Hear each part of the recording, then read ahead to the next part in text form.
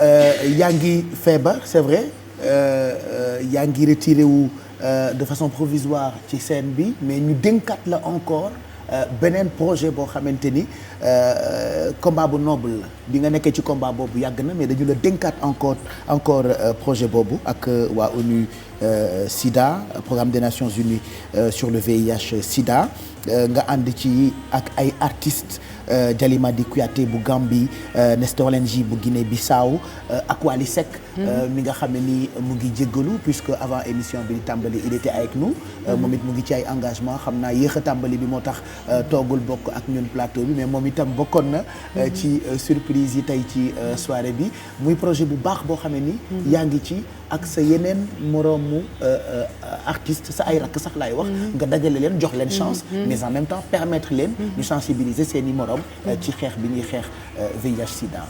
Absolument Pape Cheikh parce que xam nga VIH Sida dafa nekk loo xamante ni ñi aussi parce que fi mu ne nii ñi ngi wax Covid ñi ngi wax leneen ba fàtte nañ le VIH est encore là voilà mu nekk wopp joo xam ni moom lu at yi di gën a dem rek muy gën a bëri te defe naa ne xale yi dem nañ ba gëmatu ko boo waxee ñun sida mooy ni xale yi di def ci Covid boo waxee ñun la corona amul affaire politique la même chose la ñuy def naan la amul alors que am na réellement le sida existe il faut faire très très attention parce que vraiment le VIH existe moo tax nag l'organisation des Nations Unies pour le sida ONU Sida dénkoon ma piloté projet bi réunir ci des artistes bon il y avait quand même Jalimadi comme tu l'as dit parce que dañu bëggoon mu nekk projet sous-régional et puis pour le Sénégal j'avais pensé à mon fiston Wally ma woo ko mu ñëw bokk ci projet bi moom tam je pense qu'on peut regarder un extrait découverte lay nekk pour beaucoup de téléspectateurs regardez.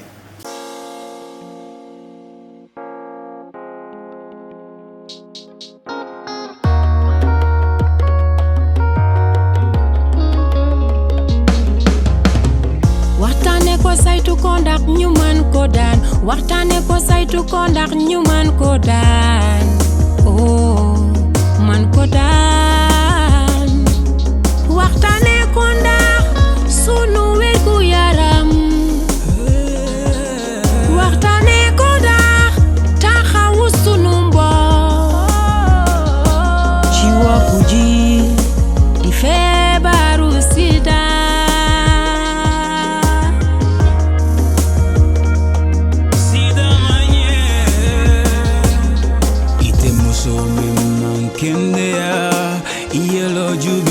Taroya foi sikana isi dingol fanan kanandi ye fantanka ye dingol tankandi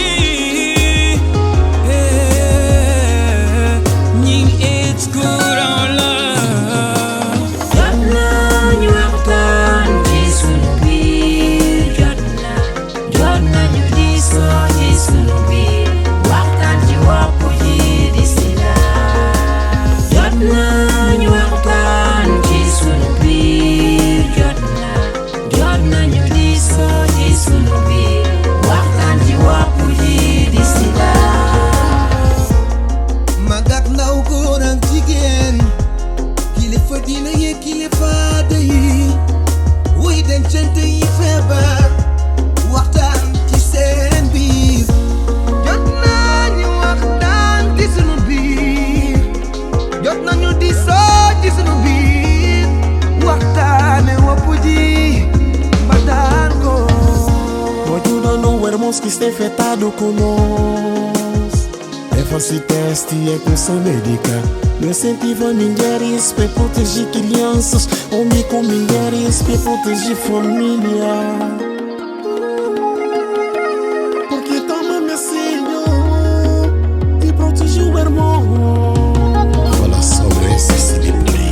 Jot nañu waxtaan ci sunu biir jot nañu di soo ci sunu biir waxtaan ci wopp ji di sida jot nañu waxtaan ci sunu biir jot nañu di soo ci sunu biir waxtaan ci wopp ji di sida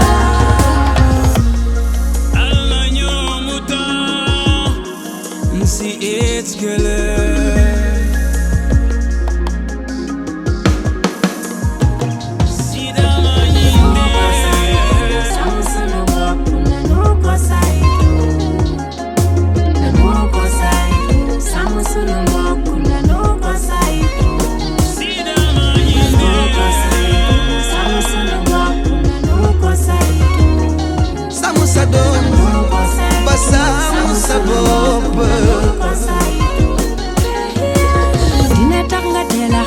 sàmm sa doom fagoo gën faaju jigéenu wérul ji xoolal sa deret fagoo gën faaju sàmm sa doom sàmm sa bopp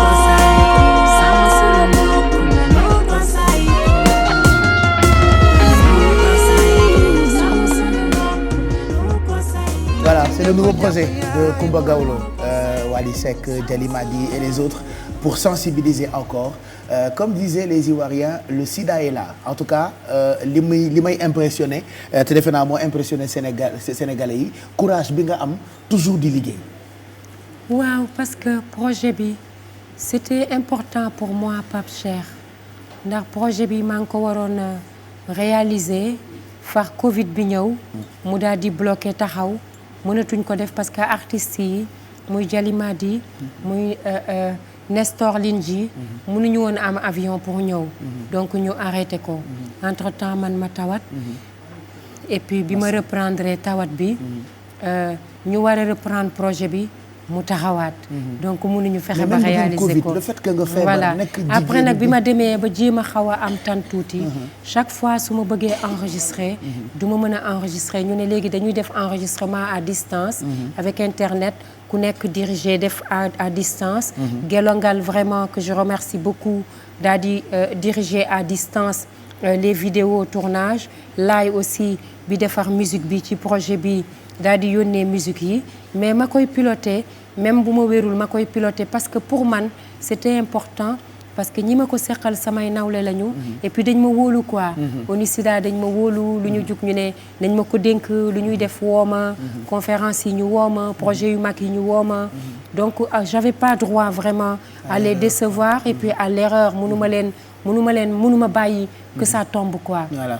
Fallait que je me batte pour le faire ci noonu nag ce qui fait que chaque semaine nag su ma waree way rek affaire bi du mën a ñëw mujj gi ma ne laay li ñuy def mooy bàyyi ma bu ma demee nelaw tuuti rek boori 18h nga may ma su ma ñëwee ma ne ko laay tey aw ma dara de bàyyil ba suba mais finalement Dieu m'a aidé un jour je dis laay viens on se retrouve au studio mu ñëw ma ne ko wàccel gaam mu ne ma dala sa xel damay wàcce gaam et je l'ai fait voilà je l'ai fait et puis may remercier vraiment tous les artistes yi ci mobilisé wu les Gelongal qui se sont aussi beaucoup mobilisés à mes côtés depuis lors et Wally aussi qui est venu mon fils parce que Wally en fait ce qui se passe mooy chaque fois je renvoie chaque fois ñu renvoyer parce que je ne pouvais pas su lee ma ne ko fiston sa yaay dafa feebar de tey mënul de bàyyi rek mu ne ma garaawul maman saa yu paree rek nga woo ma ndeysaan ba ni mu ñëwee nag mu ñëw ñuy way mais xam nga boo tàmmee way da ngay jékki-jékki sooy way jékki-jékki mënoo dem sa xol dafay jeex quoi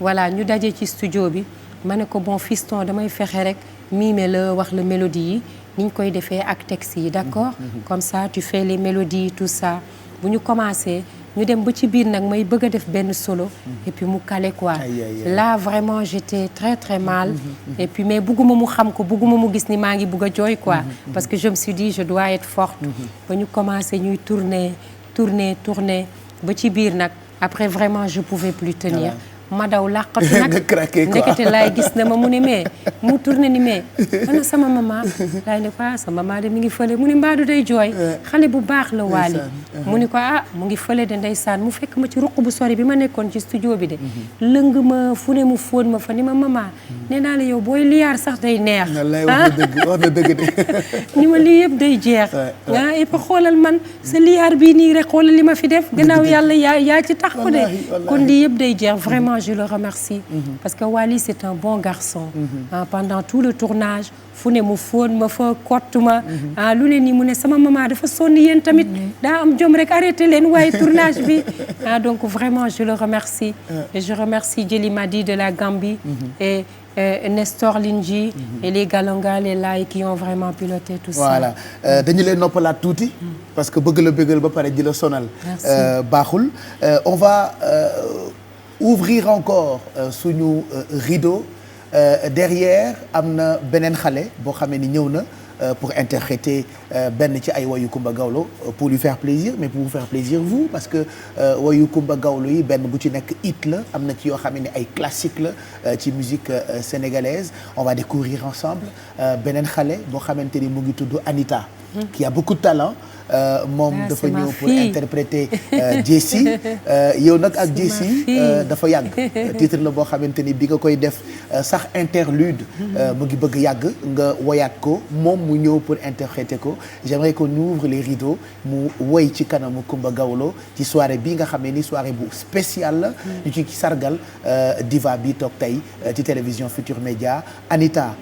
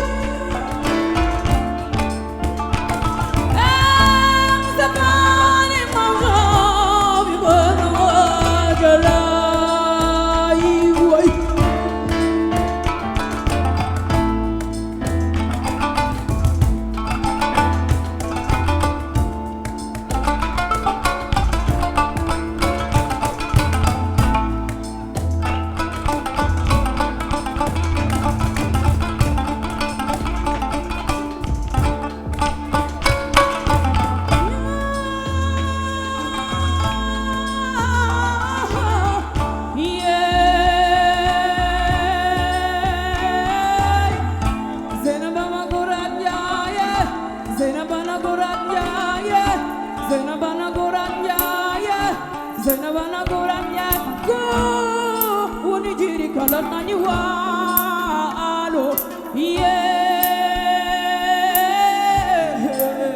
You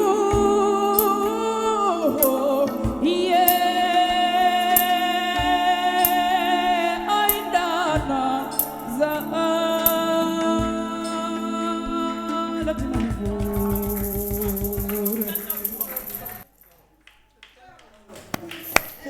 Bravo Anita. Merci. Bravo Anita. Elle a beaucoup de talent de. Beaucoup de talent. Bravo, machallah. Merci. Machallah. Machallah. Bravo Anita. Merci. Bravo. Elle a du talent. Ouais. Jooyloon na ñëpp. Elle est émue. Jooyloon na ñëpp. Jooyloon na ñëpp. Anita, ban message ngay wax Coumba Gawlo et machallah. xanaa avant tout di nuyu ñëpp di nuyu képp koo xamante ne tey mi ngi ñuy seetaan di nuyu suñu maman Coumba Gawlo bu baax a baax di ko ñaanal wér ndaxte maman Coumba Gawlo référence la kenn doot ko présenté ci àddina moom rek nga xamante ni gis naa ko ci koo xamante ni kenn was ko dégg ci lu ñaaw depuis carrière am ba tey xanaa di ko ñaanal yàlla wér te incha allah day am bu neexee yàlla. Merci beaucoup. Anita, elle s'appelle, elle a beaucoup de talent, on lui souhaite bon vent. fi ñu dégg Coumba Gawlo yàlla nañu ko fa dégg et puis dafa reprendre way bu jafe. waaw dafa reprendre way bu jafe. parce que way bi wayu xëccoo la. parce que wayu cosaan la voilà parce que wayu gawlo la bu ñuy way. ci suñu xew yi. donc mu nekk way boo xamante ni nii déjà dafa kawe. et puis mu nekk wayu xëccoo. et puis mu réussir def ko moo tax j'étais très très émue. parce que je pensais à moi-même su ma koy way et tout ça ak possibilité yi ma ci doon am tout ça moo tax sama xol sori daal. vraiment Anita man maay bàjjanam. maay marrainam. kontaan naa ci li mu ma def marrainam. c'est la fille à Laye di ko encadrer aussi. Voilà, vraiment vous avez fait un bon choix. voilà te pare guñu ak yow page par page. vous avez fait un bon choix. Page par page. je suis très très émue Pape Cheikh. je suis désolée parce que j'ai pas l'habitude nit yi xam naa dinañu jaaxle parce que d'habitude Coumba Gawlo bu forte la ñuy gis. Coumba Gawlo la guerrière la lionne. mais fi mu ne nii moom j'avoue que je suis à terre quoi. voilà te pare guñu ak yow parce que tey dañu ibbi ce livre. merci di xëcc page par page. merci donte mënuñoo dem ci tome yëpp parce que ce livre àdduna ay tome la te ci domaine boo dugg rek mën nga ci def une émission entière.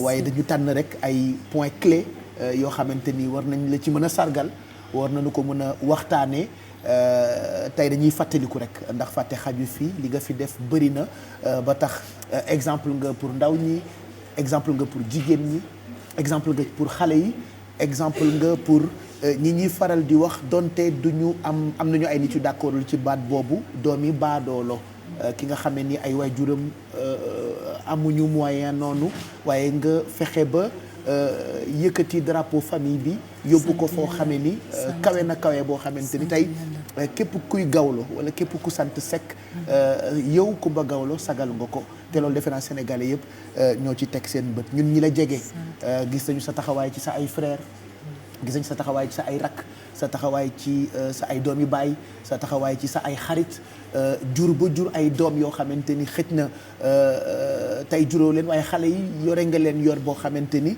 yow yaa leen gënal sax seen ndey yi leen nàmpal ndax yow la ak ñoom ca ba ñuy tuut tànk ba tey ñu fekkee nag sacrifice ak ni nga trimé pour sa yaay pour sa pap pour sa ay rakk pour ñëpp ñii nga yóbbu leen ñu jàngi ñii nga fayal leen ñu liggéey ku ci nekk am na loo xamee ni def nga ko yow nag yaay taasu boobu ñuy wax yaay docteur ci biir famille ñii nga pikiir ñii nga joxi doom donc loolu juste pour tooñ la ba pare nga nekk femme entrepreneur yore groupe de presse Go Média yore rajo bu tudd Femme FM nga jagleel ko jigéen ñi jagleel ko ndaw ñi jagleel ko musique bi ñu ngi waxtaan sànq ci waxtaan bi nga mosoon a sekk ak président Macky Sall loolu itam yombul ndax doon góor sax jiite presse groupe de presse bu toll noonu yombul waxutuma la ak yow jigéen te casquette yi nga yore dafa bëri.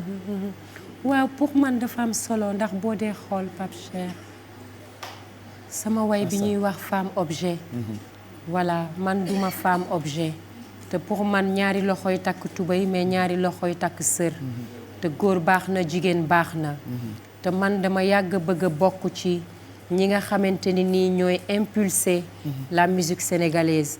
ñi nga xamante ni nii pour man ñooy faire bouger les lignes dans tous les domaines. maanaam lignes yi nga xamante ni nii moom la ñu tracé bokk ci ñi nga xam ne ñoo koy pousse. voilà parce que comme ni nga ko waxee boo nekkee jóge ci famille modeste et puis ñu teg ci say mbagg yu diis ni la gannaaw yàlla yaay yaakaar bi il faut bu la yàlla dimbalee nga am jom pour fexe pousser loolu te man dama gëm ne à travers la musique mën nañu jàppale jigéen ñi wax seen àq ak seen yelleef mën nañu wax ci njàng mi Pape Cheikh dara gënu la bon ci àddina peuple bu amul éducation man dama am expert bu ma doon liggéeyal boo xam ne day faral di wax lu am solo nee na ñàkk jàng danger la mais parce que tu vas tout droit dans le mur ñàkk xam-xam ñàkk jàng danger la moo tax éducation dafa am solo parce que mooy tax am réew xam nu ñuy doxee nit ñi nekk des personnes éduquées des personnes civilisées des personnes yu xam nu ñuy doxee nu ñuy waxee nu ñuy toogee ak des personnes yu nangu kon loolu dañ ko war di développer fu ñu toll musique aussi mu di culture aada ak cosaan dafa am solo parce que pour nga xam yaay kan da nga war a xam sa aada ak sa cosaan parce que boo xamul ki nga doon xamoo fi nga bokk xamoo fi nga jóge da ngay réer te ku réer rek da ngay naax saay loolu yépp nag moo waral ci samay action ak ci yi may tegal may teg toujours yoo xam ne pour man yu war a am solo la pour société bi ba ci groupe Go Média muy Gawlo Office Média ndax diminutif bi Go Média la Go qui est un mot en anglais pour aller de l'avant go must go away mais boo ko ubbee ci biir acronyme bi c'est Gawlo Office Média Femme FM la première radio des femmes des enfants et de la musique mais ci wolof dañuy ne da nga bëri femme mais acronyme bi c'est plus profond parce que F bi am nga femme E bi am nga enfant M bi am nga musique parce que loolu pour man dafa am solo yooyu mooy yi nga xam ne dañ leen war a càmbar liggéey ci pour société war a mën a jëm kanam donc mu nekk vraiment pour man fierté te loolu lu tuuti la ci li nga xam ne bëgg naa ko def pour sama réew lu tuuti la ci li nga xam ne bëgg naa ko def pour Afrique parce que man Pape Cheikh dama gëm Afrique dama gëm Sénégal man dama am fierté nekk sénégalaise di bokk ci ñi nga xam ne ni ñooy faire avancer les choses ci suñu réew Sénégal. voilà kon Go Média groupe de presse bi nga xamante ni moom nga jiite mënuñu waxtaan nag ba jeexal te duñu wax ci sa dernier album ci catégorie musique du monde Terroir bokk ci 10 meilleurs albums au monde waxtaan nañ ci bi muy doog a génn décortiquer album bi te ba léegi woy boo ci clip mu mel ni lu bees waaw Terroir xam nga nag liggéey la boo xam ne jël nañu ñaari at pour liggéey ko parce que wër naa ci quand même Sénégal pendant 2 ans des profondeurs fu ma ci dem rek jàng naa seen aada seen cosaan seen culture tey jii mun naa ni mënoon naa bind livre ci la culture et la tradition sénégalaise parce que kenn ku ci nekk toog naa yow wax nga ma bu ñuy céet li ñuy def bu ñuy circoncire maanaam xarfal xale lu ñuy def bu nit di sëyi lu ñuy def bu ñuy takk li ñuy def ci waaso yëpp xam naa ko ci te loolu li ma ko may aussi mooy sama engagement humanitaire ndax saa yu ma daan génn di dem tukki yi may tukki biir Sénégal des profondeurs ba Niger ba partout fa lay jànge ndax bu ma yegg seen nit yi ñu ngi may teeru ak seen i fecc seen i way seen i danse seen i tenue seen accoutrement ma ni waaw lii lépp nii moom lan la kon lii am na fii ñu ni ma ni sama prochain album lii la ba pare loo ci woy da nga mel ni ci askan woo bëgg parce que effectivement booy def dara pour man il faut nga jox ko àqam lu ci nekk dama woo ay nit yu fa dëkk ñu ñëw jàngal ma ko mot à mot ñu jàng ko ma mën kàllama gi parce que langue boo koy wax am na noo koy koy waxee mu nekk saaga wala da nga koy dénaturer kon il faut nga wax ko rek ci kàllama gi donc vraiment album la boo xam ne nii jëlal na ma temps bu bëri mais kontaan naa ci lool def ko parce que jàng naa ci yokku naa ci sama xam-xam ci lu bëree bëri ci musique mais aussi ci tradition ak ci aada ak cosaan woy biñ ci tànn mooy CEO ma bëgg ko tegal téléspectateurs yi budul woon ak tawat bi la dal ci baat bi yaa ñu koy woyal mais mën nañu teg extrait wu album Terroir une très belle chanson boo ko déggee sa xel dem ci aada alpulaar CEO ak Coumba Gawlo xam naa ni alpulaar yëpp bi muy doog a génn woy bi bég nañu waaye tey gën nañoo bég ci Coumba Gawlo mi sagal leen à travers woy bi nga xam ni woyu aada la boo ko déggee sa xel dem ci dëkk yu makku alpulaar yëpp Woré Fondé Gamaaji Saare Cikite pour ne citer que dëkk yooyu la tey xam naa ne alpulaar yëpp ñu ngi ñaanal Coumba Gawlo mi nga xam ni tawat moo tax mu ne day génn tuuti ci musique bi génn ci scène bi ndax baatam mayetu ko ndax tawat bi nga xam ni moo ko dal waaye incha allah ndax wér moom ala kulli àll dafay ñëw li Adja Fatou Seye Mbaye wax sànq ne kenn xamul ban gémmiñ moo am barke et moi je reste convaincu que Sénégal daanaka li fi barke bëri na et que tey bu ñu gisee jàmbaar ji nga doon malgré tout nga ñëw toog bokk ak ñun sargal bi pendant toutes ces heures ñu jàkkaarloo nga nekk invité d'honneur bu télévision Futur Média kilifa yi itam yi nekk ci groupe de presse bii di groupe Futur Média mobilisé wu pour ñu organiser lu toll nii ñu nit ñu am ay contraintes waaye terewul bàyyi nañu lépp ñëw àndandoo ak yow mi yaa ko jar Coumba Gawlo on va continuer ba tey ak surprise yi pour te faire plaisir pour bégal la ndax yow jar nga ko dama bëggoon ñu ubbiwaat rideau bi voilà ubbiwaat rideau bi fekkaat keneen koo xamee ni moom it dafa bàyyi lépp ne doomam nga ba noppi itam ngeen yàgg lool mu yàgg ak sa yaay Adja Fatou Seye Mbaye moom it bokk na ci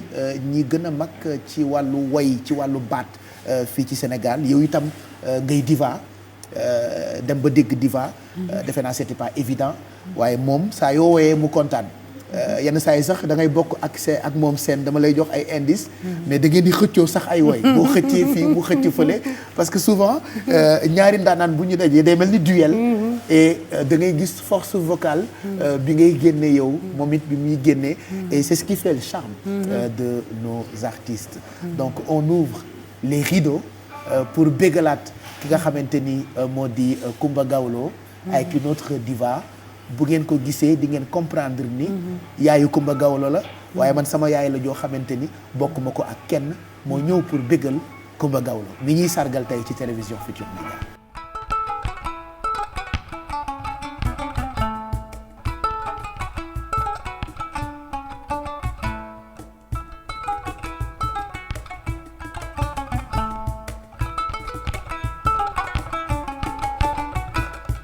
Sangone Biram jigéen ndaw ngoon mboj maay dargan Kumba Lawbe maay lay jiin fii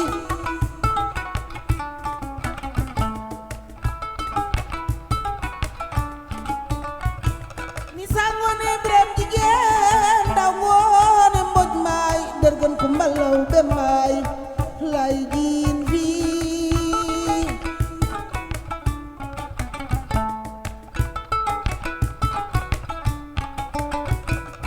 Sangone Biram jigéen ndaw ngoon mboj maay ma bu sa borom jaam ñi lay woo fii ma bu sa borom jaam ñi lay woo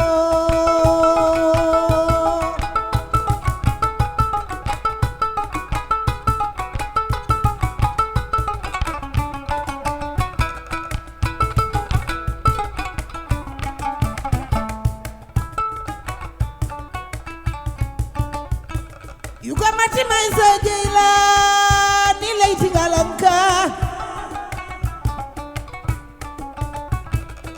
Amaat Moro Ousmane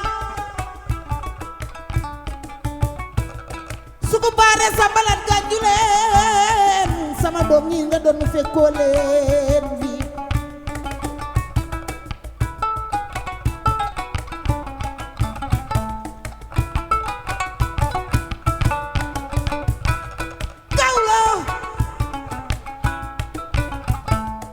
jogi di géej biram mu digi sambalat kuram musa sugu paate sambalat gàngi leen sama doom jee doon na sire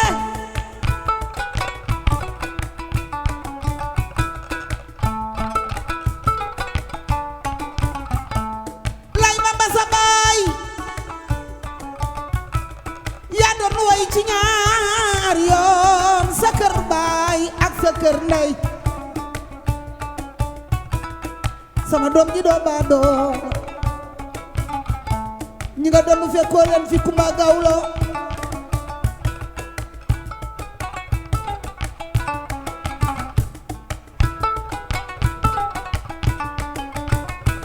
Papa Sabaram jaam ñi Fatou Kiné Mbaye sa yaay sango ni biram ñi jéem nag daaw ngoone mbooj mbaay penn misil mi daan woy taayaani dameel Mabu Saab sa Njaay Mbaay ñoxaraab sa Njaay Mbaay Birama Daale am sa Njaay Mbaay Birama Pen am sa Njaay neene yaa si nuuj sama sang bi laay woy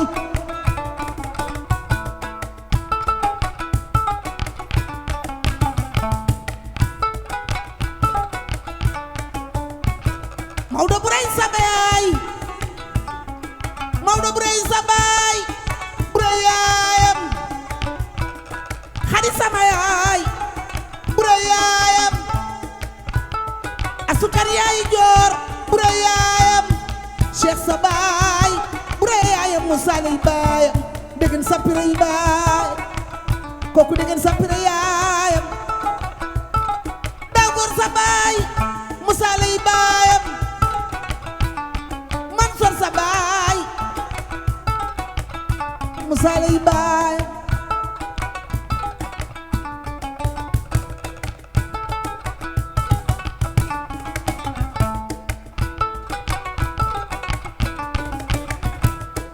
waaye kuy sa yaay Kumba Gawlo Fatou Kiné Mbaye sa yaay Mawdoy baayam burey yaayam burey màggata bokk ndey ak baay depen yam ndeele min daan jam muy ñëw sèvre dana dee boroon borom jaam ñi ndit mee ko teñ gileem gee ko sëf jaamu ndeyam ma ko suul depen ni caasine yi baayam bokk ma maram jaare jooju mbaay mi ni jam ci basangi damel mi ci meexee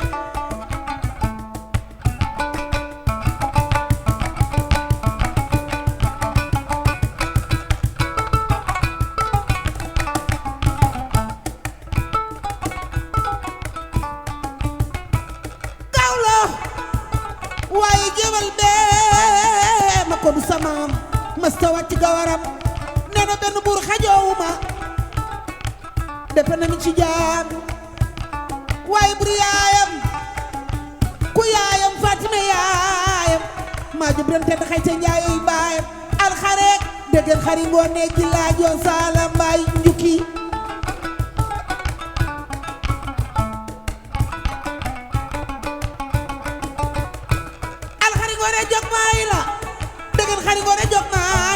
may sa bigi degen Fatim jàkkeeri ma jojo benn yin daan mar ci loolu ba do bàyyi ma nga ca takk takk di ci njigis ma kurang la taal maa joor maa di ku basaala mbaay ma jiñaax saf naa di jóge kenn ku nekk dëkk ñi nga doon fekkoo leen fi ndaanaan ci biir ndaanaan yi ndaanaan yi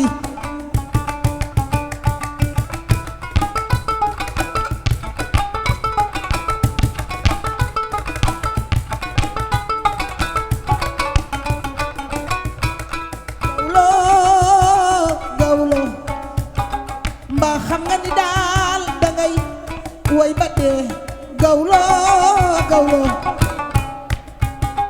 maa ngi ñaan sama borom li du dara daal man daaloon na ma Gawlo Gawlo dundal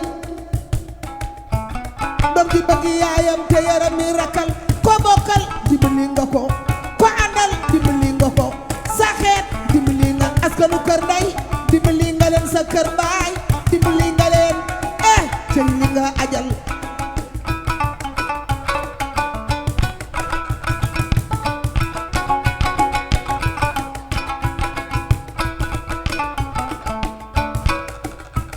kon sangu ni birim jigéen ndaw moo di mbëj mbaay ma bu sa borom jàpp ñeen la naan lee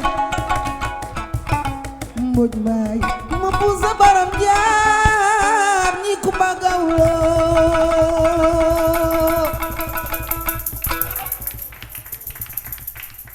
Adjot Kiné Lam diva bu mag bi ndaanaan woy na ndaanaan mais diva woy na diva nga juddu màgg ba dégg li mu dégg moom ndax bokk na ci ñi ñu gën a respecté ci art ci Afrique moom itam Adjot Kiné Lam ndaanaan bi ñëw fekk si ñu pour rendre hommage doomam Adjot Kiné Lam xaaral ma ñëw ma jàpp ci nga yegg si yaay booy Lam wallaay ma ne ko my baby waaw sama doom my mom da gën ku ma lawbe wallaay yaay merci. ah merci beaucoup merci beaucoup merci beaucoup ma fille merci beaucoup merci. c'est magnifique Adjot Kiné Lam Thiam yaay ñu ngi lay nuyu maa ngi lay fay Pape Cheikh bég lool Lam wallahi nga ñëw seet suñu tey wallaay ci dëgg la hommage bi nga xam ne ni ñu ngi koy rendre Coumba Gawlo sargal la moom da ko mérité waaw waaye mu tombeek li ko dal ko waaw ngay ndaanaan ni moom ndeysaan lu mu dégg rek dégg nga ko ndeysaan di sa doom it dëgg la ndax moom nga bokkal benn deret benn deret ndeyam ngay jaamam waaw yaa ngi nettali bis ni mbub mi ndeyam solom bi ñu koy ngénte bi ñu koy ngénte moom waaw yow mii lañu ko may waaw voilà donc ay histoire la yoo xamante ni boo fréquenté wul mag ñi ndeysaan doo ko xam donc tey yoon la woon nga ñëw bokk ci hommage bi ndeysaan ñu koy rendre Adjot Kiné Lam ñu ngi lay nuyu Baye Cheikh tey dama ñëw ak émotion bu bari lu ma seetaan ci télévision bi rek jooy naa lu ko raw fee ma toog wallaahi sama doom ji teral yaayam sama doom ji fonk ndeyam te ma xam ci dara sama doom ji bégal fat say mbaay sama doom ji tax ba fat say mbaayam benn noonam réewu ko sama doom ji tax ba fat say mbaay askan wi mu juddoo kenn yabu ko ci war nga xam ne yow dara du la jot parce que yonent Yàlla Muhammad yaram wuy tooy dafay metti dal na ma man pendant 6 mois baat bi bañ sama baat woyu ma lu nekk ñu di ko wax sama jëkkër ni ma non non da nga sonn ma dem Paris dem seeti benn ORL boobu laay def jaraaf te pourtant maa woy jaraaf de ma dem seeti ba benn ORL mais bi ma defalee seen lampe yooyu dugal ko ba ci biir dama sa corde vocale gauche dafa am fissure mais bi ma defee sous traitement ci antibiotique pendant 2 jours yëgatuma dara lu may metti ca laa ko gëj a yëge bi fii ma toog macha allah sëriñ du la jàpp barki sëriñ Tuubaa dara léeg-léeg mu dafa considéré waaye maa ngi lay waatal ci yàlla ni yow dara du la jot man xam naa loolu gis nga sama sang bi doomam boo ko doon rukk di ko dëbb suba ba ngoon du mokk fekk naa sama sang bi ak sa waajur wu góor mu muñ lu nekk ba may ànd ak sa yaay boobu judduwuloo xadi sama yaay ak buree bokk ndey ak baay màggat ak buree bokk ndey ak baay buree jur sama yaay màggati jur sama yaay buree jur sama nijaay Maodo fat say baayam dafa bëgg sama yaay tudde ko doom tudde magam doom ñuy ñaar mu tudde kenn ku nekk doom kon xam nga ni kon fa la mu fonkeel ma ne yem sama yaay nekk benn bu jigéen sa carrière artistique ñëpp lekk nañ ci macha allah ñëpp a ngi lay ñaanal ku xool sa itinéraire man bu ma soñoon maa day jur ci sama biir jur jël boo wooyee jur jël kon nag mu nangu damay ñaan sama borom yàlla lii di sa cangat nga jóg wér pelek am borom kër ma laax juróom-ñaari mbara sarxe su ko ñëw ndax man booy ba ma laax sarxe am na ko ma ne sànq moom mi réalisé maaw nee na ma est-ce que du li mu ñàkk borom kër moo tax mu feebar. waaw loolu tam. nañ ko wutal jëkkër boobu nañ ko wutal jëkkër boobu mu wér. jëkkër bëgg naa man lu saa yi ma koy ñaanal jëkkër laa koy ñaanal. nañ ko wutal jëkkër boobu ndax yaayam nee na moom bis bu ne mu ne bis bu sama amee jëkkër sama yaay Kiné Lam moo koy wax. waaw loolu dëgg la. te man sama doom ji lu ma xaw la woo ma. wallaay ay millions la may may. wallaay Baye Cheikh ni ma mel ci yow. man sama xarit la. man maa la bëgg. sama biir xol. boo ma gisee maa ngi lay bëgg su may nelaw maa ngi lay bëgg su ma yeewoo maa ngi lay bëgg. xam naa loolu ñëpp xam na ni man. wallaahi ndeysaan ma génne yaayi Baye Cheikh damaa dem ndeysaan maa ngi dem Darou Moussi. benn xale fëxe fële dawa yaay Baye Cheikh ma ne ko maa ngi waaw boo amee sa njaboot te bu lay dàkkantaan naan na yaay Baye Cheikh kon war nga ne xam ko bëgg na la waaye gis nga yow ku bëgg a jàmm ngay am yal na yàlla guddal sa fan may la wér maa ngi lay waatal ni fierté nga Sénégal yëpp sa itinéraire ñun dañu bokk jom bokk fulla di bañkat am rigueur te kenn yabul yàqul woy wi yàqoo woy wi de déedéet man nee naa la du ma la féliciter ci woy pour que ni dama bokk ak farce yi déedéet sa talent laa féliciter en tant que diva am fulla boo ko fekkee ba répétition kumba rek spectacle la rigueur bi fugg bi jom ji jàmm ca kanam xuusal jàll da ngay ñaaj ca kanam doom ju ndeyam baax ku ko yéene fande day reer ba desal reeraale te Sénégal yi yëpp a ngi lay ñaanal te nag du dara sax bu la dara metti woon kon doo mën a wax man ñaan suñu borom yàlla moo fi ne yàlla nga dajal ni ma la borom foo jëm yàlla na fi yiwu yàlla ji sama doom ji yàlla na nga wér yàlla na nga wér yàlla na dara du la jot man d'accord ma sax ñu naan Coumba Gawlo la dara damay ñaan sama borom rek damay ñaan sama borom bi rek ci barke Cheikhul Khadim mi nu yaakaar tey ak ëllëg sama doom ji yàlla na am wér ndax sama sang bu gore bu baax bee nga dimbali sot la ko tax sama sang bi kenn yóbbu ko ay doomam kenn yóbbu leen yow benn loxo nga di kàndang dara jàmm sant yàlla balaa ngay dem sa impression ci lii mu def ak lii mu wax Adjatou Kiné Lam. waaw je suis très émue. ah oui y a de quoi vraiment am naa émotion bu bëri. massa voilà am naa émotion bu bëri. ndax boo dee xool sax samay bët taana ma ne non dëgëral rek dëgëral. walaay ndax moom léeg-léeg damay xool sama yaay ma ne ko man Kiné Lam sax moo ma waroon jur. moo tax bu ne moom moo ma waroon jur. bu ko defee sama yaay ni ma moo la jur di. ma ne ko parce que aal bi muy am ci way. ak fit bi. ak arñe bi muy am ci way. li ñu nuroo maak moom dafa bëri. teg ci muy sama yaay nag bëgg ma. te xeebu ma benn yoon. saa yu may def programme ma ko woowee mu bàyyi lépp ñëw. souvent gis nga dañuy bokk les grandes scènes maak moom. à chaque fois. di nga ma ne xam naa mbokk la waaye nit dina bokk ak nit. te du ko defal loolu. kon vraiment dama koy ñaanal ndax moom suñu diva la. moom c'est une icône Kiné Lam. Mame Bamba. c'est une diva. de par le charisme. de par la prestance. voilà de par vraiment l'aura. voilà elle est vraiment. elle fait partie des grandes divas. vraiment des grandes divas. kon moom dañ koy ñaanal rek moom sama yaay mu gudd fan wér. waaw ndax gis naa moom it taxawaayam boobu ba tey fu mu toll woo sama yaay. bi ma tawatee ñëw na kër ga. te kat damay seet si yëkkati xaalis di ma may. ma ne ko yaay xanaa dangaa doon mu ne ma xay kuy seet si malade danga koy jox xaalis. ndeysaan mënoon na ko ci bañ a fekk. fierté ma ne ko teguma la ko. ngalam nga ci suñu biir doyo bay des. kon moom yal na ko naa ko doyo bay des. fierté nga dangay ngalam ci suñu biir. te man xam naa ci dara. ndax yaayam jee lu yendu ci moom rek fanaan si na ci man Kiné Lam. ma yàgg ak yaayam. yaa ngi jooyloo ñëpp finalement Coumba Gawlo. waaw man man xam nga man moo ma ëpp kii man aw ma courage. man dama fragile. man damay jooy bay xalam. man noonu la ma yàlla bindee sama xol daa gaaw a tooy. waaye man daal maa ngi lay xamal ni daal. sama doom ji du dugg diñ ci génn. ci kattanu suñu borom. billaahi man maa la ko li te su ma la xeeroon la war nga ko gëm. maay sa jaamu yaay deret. waaw ñaari maam yu bokk ndey ak baay. kii jur baayam kii jur sama yaay. ñu bokk ndey ak baay. kon man aw ma ko dul kii. man mooy sama frère te heure buy woy grand théâtre dama naan bëri.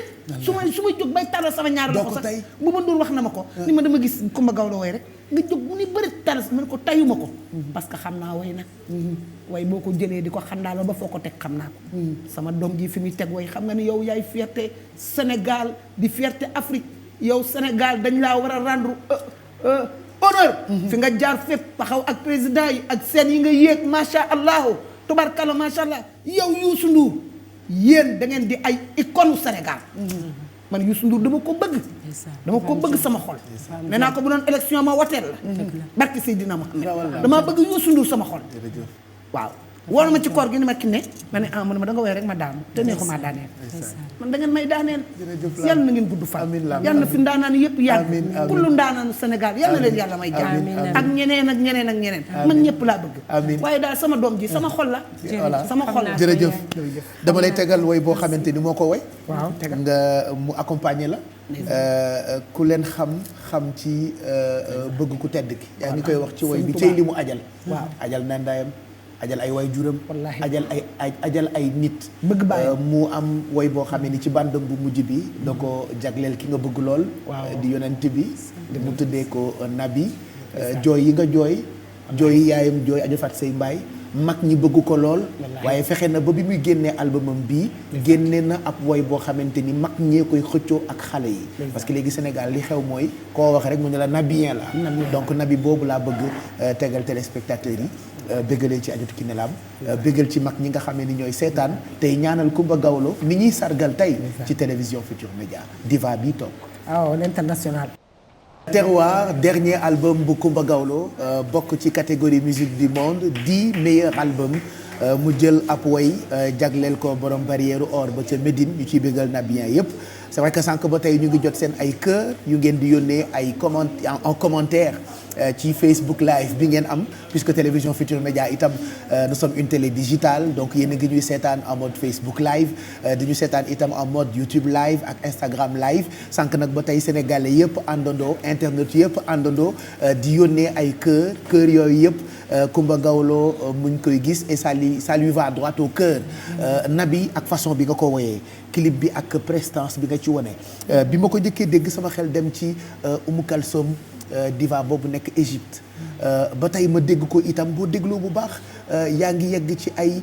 octave nga dem ba lu ëpp 7 octaves ci benn woy loolu jafe na ci kii dégg wax naa ko sànq par rapport ak force yi nga yore ci sa baat bi macha allah waaye lii nga woy jagleel ko yonent bi da nga ci dem itam fu sori ba 7 octaves Coumba Gawlo waaw parce que way bi dafa xaw a am esprit Égypte ndax way bi boo dee xool vraiment dafa am tonalité Kalsoum te man dama nekkoon ku bëgg Kalsoum et puis mu inspiré ma par benn chanteuse égyptienne marocaine boo xamante ni nii moom laa gis vraiment mu def l'original ma ne album bi bëggoon naa ci rendre prophète bi sallallahu alayhi wa sallam hommage far ma gis morceau bi ni pourquoi pas mu nekk way boo xam ne nag yombul way parce que tonalité yi dañu wàcc après dañuy yéeg après dañuy varier voilà soo concentré wul tem nga def fausse note soo concentré wul aussi tem nga am problème ci aigu yi quoi donc dafa laaj liggéey boo xamante ni nii bu am solo la ak concentration mais way la boo xam ne boo koy way Pape Cheikh il faut nga dugg ci biir way bi quoi voilà il faut nga dugg ci biir way bi pour mën a dund way bi pour mën a dund histoire bi pour mën a dund émotion bi. mais dañu gis ni perfectionniste nga. ci ba ngay clip ba tey saa yoo génnee vidéo day mel ni scénario film.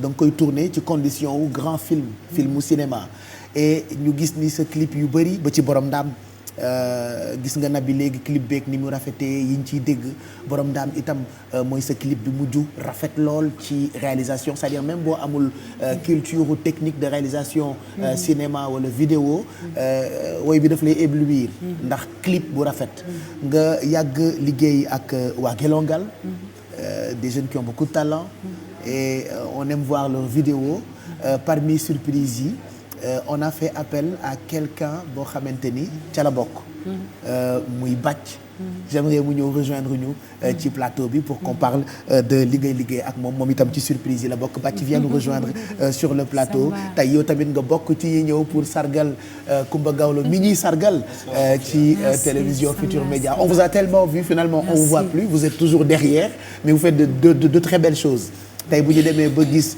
clip bu Coumba Gawlo yëpp rafet seen collaboration la ak Diva Bile et en plus de liggéey bi ngeen di def ak moom da ngeen ko bëgg comme ni ko sénégalais yëpp bëggee Bàcc. ah oui Gelongal ak Coumba Gawlo defe naa c'est une histoire d'amour. c'est difficile nag wax ci lu yàgg depuis plus de 10 ans. bëgg ko résumer en peu de temps mais na Sénégalais jàpp ne histoire d'amour la. Pourquoi? Parce que au-delà de l'aspect professionnel. Kumba dafa bokk ci ñun. xam nañ ne noonu la ñu bokkee ci moom c'est des relations vraiment intrinsèques. Jusqu'au niveau familial. suñu yaay. moom rek la bëgg. sa yaay dafa baax déjà. moom rek la moom ñëpp la jur sama yaay la man déjà. donc tey jii depuis ndeysaan l'accident tragique bi yóbbu suñu frère Papis. c'est la première fois sax ñu feeñ ci média. te loolu moom moo ñu ko jaral. vraiment donc ensuite il y a eu on a beaucoup appris tamit ak moom. surtout ci wàllum liggéey travailler avec Kumba. ça a été pour Guelongal quel que soit le professionnalisme qu'on est loué à Guelongal ça a été pour Guelongal une école un apprentissage parce que en fait on a l'habitude de dire que les réalisateurs réalisent les vidéos mais en réalité au fond c'est l'artiste elle-même qui réalise et après nous on ne fait que matérialiser cela. Elle est d'une exigence. Non mais extraordinaire c'est-à-dire travailler avec Kumba c'est tout le temps exaltant. C'est tout le temps exaltant. C'est beaucoup aussi de pression mais la pression est due au fait que lorsque vous travaillez avec un artiste qui a une telle carrure, une telle aura, ça devient un défi. Donc l'image de cet artiste est tellement sacrée entre guillemets qu'il faut mettre mënoo caaxaane image voilà donc avec elle on a appris beaucoup de choses certaines choses tamit yoo xam ne ñun sax xamuñu ko woon ci wàllum réalisation tamit apprendre nañ ko ak moom parce que voilà c'est un peu ça c'est une artiste qui a une ligne qui a une façon d'être de se tenir il y a chaque fois une façon de montrer avec Kumba quand on doit faire une vidéo on sait tout de suite quels sont les différents objectifs qu'on doit utiliser parce que comment il faut montrer la prestance etc. C'est magnifique travailler avec Kumba c'est un plaisir boo xam ne vraiment. Elle facilite la tâche pour le réalisateur. Oui quelque part mais rien que sa personnalité te donne une sacrée pression en fait. Voilà.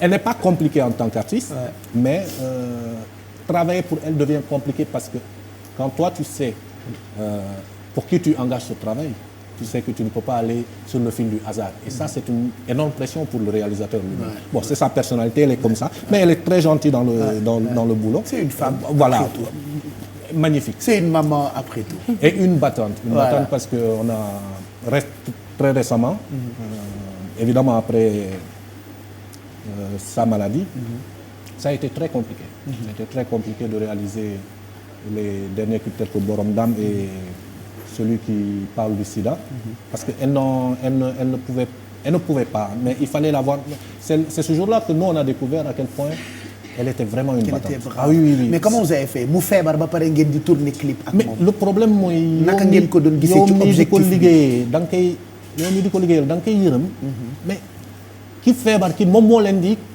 c'est incroyable quoi c'est-à-dire c'est elle qui donne le tonus. C'était très difficile c'était très difficile mais elle a chaque fois en elle quelque chose qui lui insuffle le fait de ne jamais baisser les bras man ci moom laa gisee jeng te bañ a daal waaw et c'est ça a été compliqué mais elle a tenu et je pense que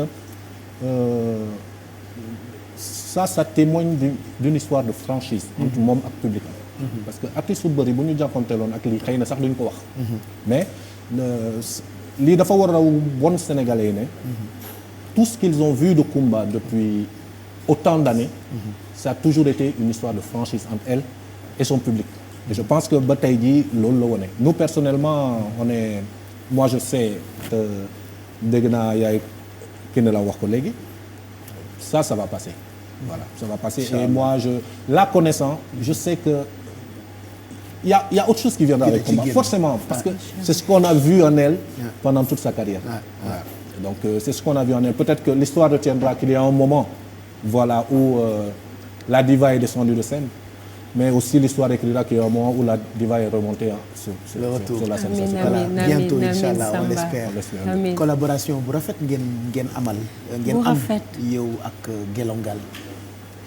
Effectivement Pape Cheikh vraiment collaboration bu rafet la ak Samba Moussa et puis Papis qui nous manque énormément finalement mën naa ni collaboration bi sax c'est devenu familial voilà familial à tel point que quand Papis est parti moi j'ai voulu lui rendre hommage ci chanson na parce que tellement dama leen bëgg et puis xam nga artiste dafa am solo ngay liggéey ak ñu lay comprendre kuy dugg sa mind sa biir bopp di xam li nga ko waxul bu xoolee sa bët rek wala bu la xoolee rek xam na li nga bëgg a wax loolu dafa am solo te man bu may liggéey ak ñoom sama xel day dal parce que comme ni mu ko waxee man duma la may nga nooyi man parce que man sama jëm bopp sax dama am exigence sama bopp chaque détail est vérifié chaque détail est contrôlé voilà mais ak ñoom sama xel day dal parce que dama ni waaw Moussa yi la Samba yi la dinañ ko régler bu ko defee sama xel dal et puis ñu nekk nit ñu am yërmande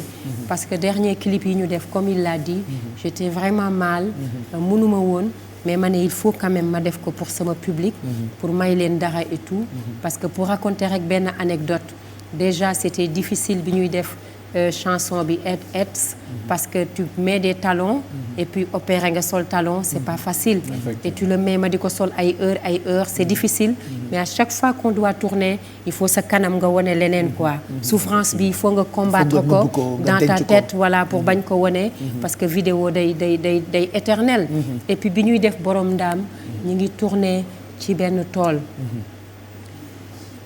et puis tool bi naaj bi dafa tàng quoi da ngay dem ba soleil bi dafay wàcc dafay dal quoi te man malheureusement su may def clip mënuma mimer xam nga artistes yi dañuy mimer ñu bëri da ngay woy carrément man damay woy voilà man mënuma mimer quoi quand on tourne elle ne mime pas elle chante voilà elle chante comme dans la chanson comme elle le dit ce jour-là on était ñu ngi ci tool il faisait chaud excessivement chaud elle était mal en point mais à la fin tu te dis mais attends j'espère que c'est pas une candidate au suicide quand même mais tu te rends compte est-ce que Coumba xarul voilà mais elle ne peut pas lâcher quand elle commence et ça c'est voilà loolu et vraiment Samba était très gentil parce qu'à un moment donné comme on a démarré de 8 heures parce que 5 heures du matin la ñu jug pour egg ci tool bi 7 heures et puis 8 heures la ñu commencé ba 19 heures à 18 heures da ngay sol talon 8 heures ba 18 heures et puis 18 heures je dis vers 17 heures may def les derniers plans de borom ndaam là où j'ai mis la robe j'ai dit gars yi wax dëgg yàlla mënatuma fi mu ne jàmbaar laa mais mënatuma taxaw quoi et puis mu sumi dàllam yi naaj bi mi ngi tàng vraiment ça m'a marqué rek mu gaaw sumi dàll yi non Kumba dindi talon yi sola sama carax yi ça m'a beaucoup touché Samba j'oublierai jamais ça merci beaucoup on est très content merci à toi merci à toi et reviens-nous vite et on sait que tu nous reviendras Inch'Allah merci Bac merci Pape nul ñu mère merci d'être venu pour Coumba Gawlo merci à toi on va t'accompagner ak clip bi ngeen mujjee réalisé ak moom muy borom daam une belle réalisation Coumba Gawlo elle était malade certes waaye rendu bi comme yéen rendu ngeen di wax yéen professionnels yi mais rendu bi rafet na rafetaay boo xam ne ni ñun bi ñu koy gis laataa ñu yëg tawatu Coumba Gawlo on pensait que dara jotu ko parce que loolu moo feeñ ci borom ndaam une belle réalisation vidéo jóge ci Guelone et puis parfois il me disait mais Moussa me disait mais Coumba nañu arrêté da ngay xaru nañu arrêté ma ne ko noo xaaral ma dem toog tuuti ngeen may ma ndox ma naan su ma dalee 15 minutes rek après ñu reprendre man gisoon ñu depuis sànq maa ngi bëgg a jeexal émission bi parce que tey la voilà je sais que métti na merci vraiment Samba merci c'est avec plaisir merci Moussa on t'accompagne ak borom ndaam et puis on se retrouve juste après soirée spéciale sargal Coumba Gawlo ci télévision borom ndaam nag mooy suñu woy jërëjëf bi dañu koy fekk ci souvent nous autres Coumba Gawlo def ko mu bokk ci album Terroir bokk ci 10 meilleurs albums catégorie musique du monde tey ñuy sargal Coumba Gawlo bëgg lool xam naa ni budul woon nag li ko dal ci baat bi heure bi mu ngi live di yéeg ci ay envolées yoo xam ne ni mën na bëggal bépp sénégalais wala ku dul sax sénégalais on va continuer maintenant Coumba Gawlo ak surprise yi pour la première fois sa ay doom dañu leen di feeñal ci émission télé on les voit souvent en coulisses dans certaines de tes vidéos ci compte yi nga am ci réseaux sociaux yi mais tey pour la première fois ñu ñëw bokk ak yow émission bu toll nii audience bu toll nii ndax ñëpp a ngi doon xaar itam ñu seq waxtaan ak yow nga nangul ñu waxtaan wi waaye ñu nit ñu la ciy sargal ak sénégalais yëpp j'aimerais qu'on accueille tout de suite Perle Dior ak Coumba sa ay doom les filles de Coumba Gawlo apparaissent pour la première fois elle nous rejoint tout de suite sur le plateau voici Perle la petite Perle c'est une perle en plus mon Perle salut chérie Dior ak Coumba salut ma princesse ça va alors asseyez-vous où vous voulez ou Perle mën na jege yaayam comme moom moo gën a gàtt bonsoir ah voilà merci d'être là pour maman ça c'est Kumba et puis da nga nuru Kumba c'est Dior Dior dafa la nuru c'est elle Kumba d'accord Dior moo la gën a nuru waaw Dior c'est ma copine elle c'est tout toi oui moom yow la moom ça va Dior Kumba ma petite Perle mais tu es jolie est-ce que tu sais que tu as des fans sur internet tout le monde te suit quand tu fais des vidéos avec maman oui. Comment tu la trouves comment elle est parle-nous un peu de maman. Elle est gentille. Elle est gentille oui. Juste gentille non elle nous aime beaucoup aussi. Elle aime elle nous aime beaucoup. Elle vous aime beaucoup oui. Elle vous gronde pas souvent quand on fait des bêtises. Mais pourquoi vous faites des bêtises? Elle n'aime pas que ses enfants fassent des bêtises hein alors Kumba ñu wax tuuti ci sa yaay parle faites des témoignages parlez-nous de cette femme parlez-nous de votre maman wax leen ñu ci seen yaay comment elle est avec vous à la maison nan la mel ci kër gi ak yéen. Bon elle est très gentille comme Perle l'a dit elle a beaucoup d'humour et franchement genre peut-être dehors xam nañ ci tuuti mais ñun ñi nekk ak moom ñoo gën a xam lool c'est une référence pour nous. Au-delà sax mu nekk référence ci neneen ñu ci biti mais ci ñun la njëkkee daal. bëgg nañ ko torop vraiment te moom moo ñu gën a bëgg. Elle est toujours là pour nous mooy assurer suñu lépp sans elle daal on n'est rien. Je peux dire comme on dit que le soleil c'est pour tout le monde. Elle c'est notre soleil. Voilà le soleil il brille pour tout le monde. Dior sa yaay. noo ko gisee moom Kumba Gawlo. Tu veux parler wolof ou français? Tu veux parler français? D'accord, wolofam leerul. Ah wolofam d'accord, y a pas de souci. Ah tonton il parle toutes les langues. Enfin il parle que français et wolof. Parle-nous un peu de maman. Comment elle est avec vous à la maison? Bon, elle est entreprenante. Elle a beaucoup de rêves. Parfois elle me dit Dior viens on fait ça ou ça. Je lui dis maman tu es rêveuse de. Après elle me dit si eux ils peuvent toi tu peux. Elle est gentille, attentionnée. Elle veut aussi qu'on soit dans la bonne route, donc parfois elle est un peu stricte et tout, mais on la comprend. Okay. Parce que dans la vie, il faut être perfectionniste. Ouais. Elle est attentive, elle observe. Elle est gentille. Est-ce qu'elle a le temps d'être avec vous? Son travail, ce qu'elle fait, ses tournées, elle n'est pas souvent à la maison, mais comment trouvez-vous ou comment trouve-t-elle du temps pour être avec vous, ses enfants? Bon, puisqu'elle a un travail dans la logique des choses, elle ne peut pas être tout le temps à la maison parce que c'est une femme indépendante, donc elle doit travailler. Et puis nous aussi, on va à l'école. Donc, bon, elle est à la maison le week-end, parfois pendant les vacances. Ouais. Mais dafa mel ni Perle mooy sa préférée bi parce que on te voit toujours avec elle ah. Qu'est-ce que ça te fait sa doom yi ñëw toog ñoom ñetti ñëpp di wax ci yow te du ñoom kese parce que wax naa ko sànq ñun ñu la jege gis nañu li ngay daj ci ay njabootu jàmbur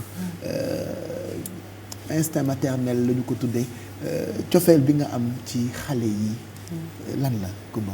waaw je suis très émue Pape Cheikh vraiment je suis très émue parce que xale yi ñoom ñoo may wéttali bi xam nga léeg-léeg di nga gis sa réseaux sociaux yi ñu ne xanaa kii déggul wolof lu tax du wax wolof c'est parce que xale yi effectivement juddoowuñ fi France lañ nekkoon et tout donc ñu ngi jàng mais Perle moom dégg na wolof moom am na fulla ba dégg wolof mais Dior moo des wolof yu bizarre lay làkk xam naa ni daal fenn moom xam nañ ko bëgg nañ ko mooy Touba bëgg nañu Touba soo waxee ñu ne maman on va à Touba man leen lu tax mu ni parce que Touba on mange beaucoup il y a beaucoup de viande il y a beaucoup de poulet à Touba donc loolu tax Kumba aussi c'est ma fille vraiment je suis très fière d'elle ce sont des filles très courageuses xale yu am fulla xale yu am jom et puis valeurs yi ma leen di inculquer ñi ngi koy respecter elles n'ont pas droit à l'erreur voilà elles n'ont pas droit à l'erreur voilà je surveille tout voilà donc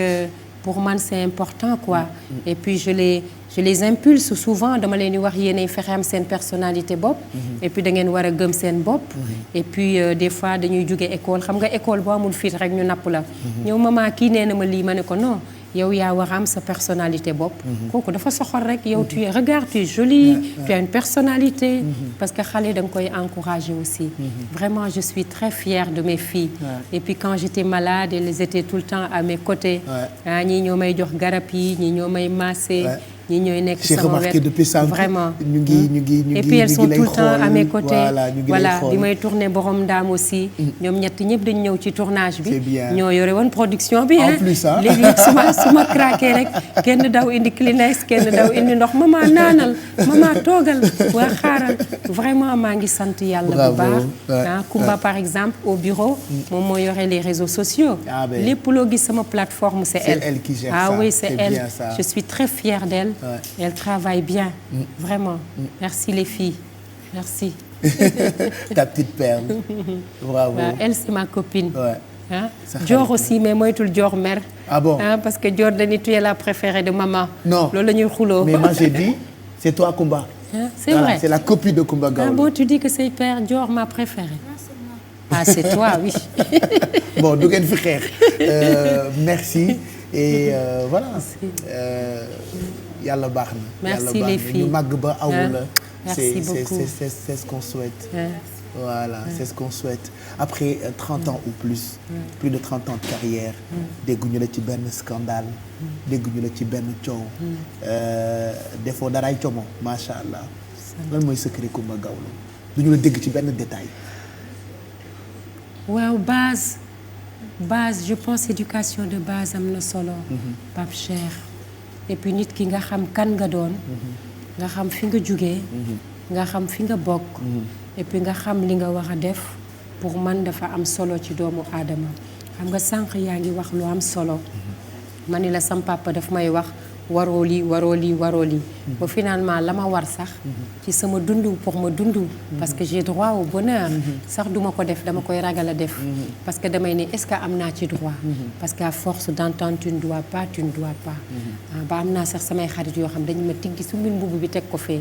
nga dund donc loolu yëpp vraiment lu ma màggee la ndax xam nga nit ki bu ñu la nandalee ci dara. bi ngay xale ba tey. defe naa ni bu la yàlla jàppalee doo mun a changer. parce que même boo bëggee changer doo ko mën. parce que tu es obligé nga jaar ci yoon bi nga xamante ni nii fa lañ la awale te loolu mooy li may inculquer xale yi souvent naan leen doomu gor nii lay toogee. doomu gor nii lay defee doomu gor nii lay waxee. lii de waru leen fii de waru leen fi aw. kon maa ngi koy sant it sunu borom.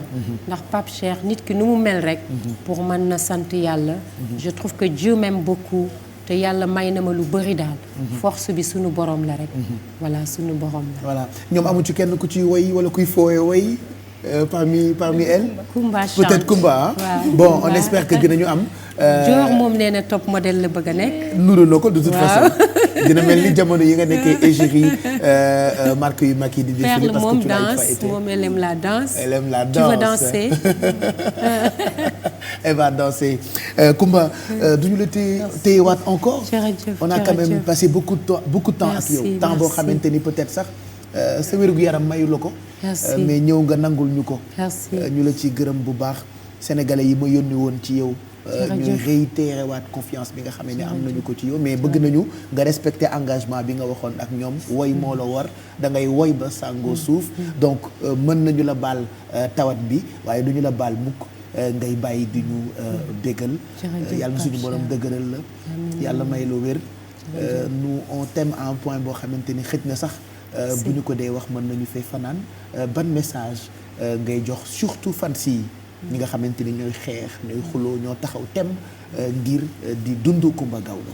merci Pape Cheikh maa ngi lay feddali encore sama kóllëre di la gërëm di la sant di nuyu ñi nga xam ni yëpp ñoo ñuy seetaan di gërëm vraiment waa Sénégal ci seen cofeel ci sama jëmm ji sama jëmm ju tuuti ji di gërëm waa Afrique ci seen cofeel ci sama jëmm ji di gërëm gannaaw ba ma sante yàlla sunu boroom ma sant sama ñaari waajur ma sant samay mbokk sant samay xarit di gërëm waa Sénégal mag ak ndaw góor ak jigéen muy kilifa diine yi di kilifa aada yi di kilifa cosaan yi di gërëm artistes yi parce que tous les artistes vraiment se sont mobilisés pour me soutenir vraiment dans les moments que je traverse maa ngi gërëm ñëpp di leen sant di gërëm aussi suñu mag Youssou di ko encourager di ko ñaanal yàlla taxawu ko parce que Youssou suñu référence la Youssou référence la man su may xool Youssou dama koy comprendre parce que damay ni voilà quelqu'un qui ne s'est jamais reposé de sa vie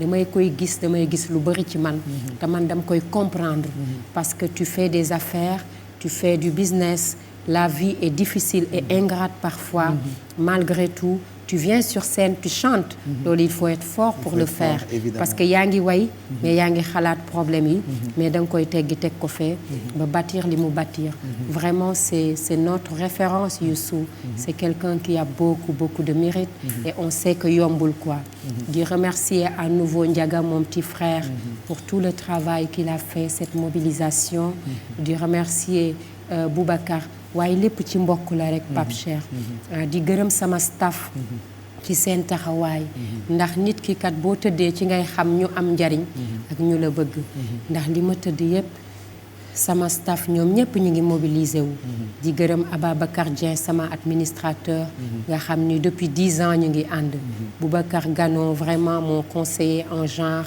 nga xam ni tous mes projets genre et autres moo koy piloté moo koy manager di ci liggéey équipe bi di remercier tout le monde Katim toute l'équipe Koulim Dioum parce que c'est un vrai groupe et c'est un vrai label Go Média di gërëm ñëpp di leen sant di delloo njukkal sama yaay ki ne laam ak ñëpp ñi fi jaar jërëjëf yow Pape Cheikh ku la bëgg laa mu bëgg nga xam ko soo ma gisee soo ma gisul tu es loin dans mon cœur et je t'aime profondément merci aussi à la presse parce que je pense que tous les journalistes certes ont joué leur rôle mais ils ont compati tous vraiment avec moi dans mes douleurs dans ma douleur merci vraiment à chacun pour cette sympathie et à mes fans je vous donne rendez-vous très bien bientôt voilà on va se quitter ak Minyamba nga def ko sur scène ak Jimmy Mbaye bu dul woon nag lii nga woyal ñu ko mais interprétation bu neex la ñu tànn ko pour tëjee ko invité d'honneur bu spécial bi ñu leen doon proposé bëgg nañu jooy nañu triste nañu reetaan nañu Coumba Gawlo noonu la bokkee ci sunu vie boo kuulee nag xam naa ni yoon wi nga war a jaar dina gën a leer de toute façon. gëm naa ko il faut rester serein. Moi je suis quelqu'un de très forte. C'est vrai que c'est difficile en ce moment. Voilà parce que la nuit je dors pas beaucoup je dois l'avouer. Parce que damay toog ba guddi ma jug je me pose des questions. Parce que j'ai beaucoup de moments de doute. Voilà il m'arrive de craquer comme c'est le cas en ce moment. Parce que sama son voix moo ma neexul quoi. Voilà su ma déggee le son de ma voix je suis triste.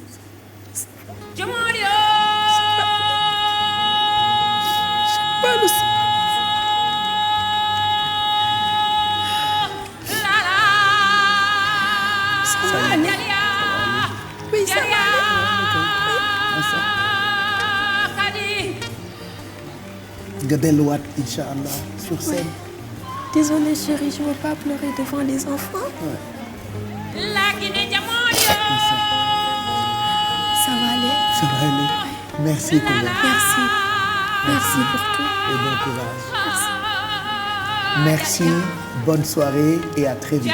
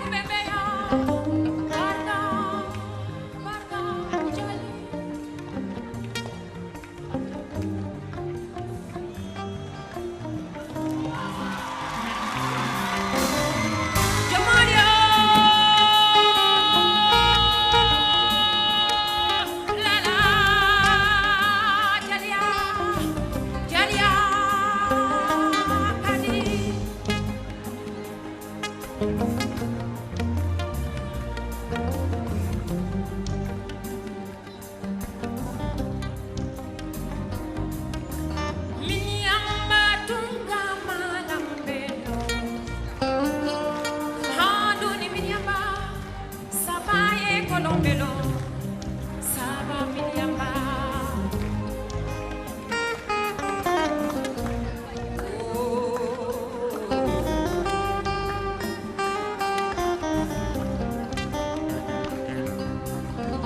Minyamba ni wara tungala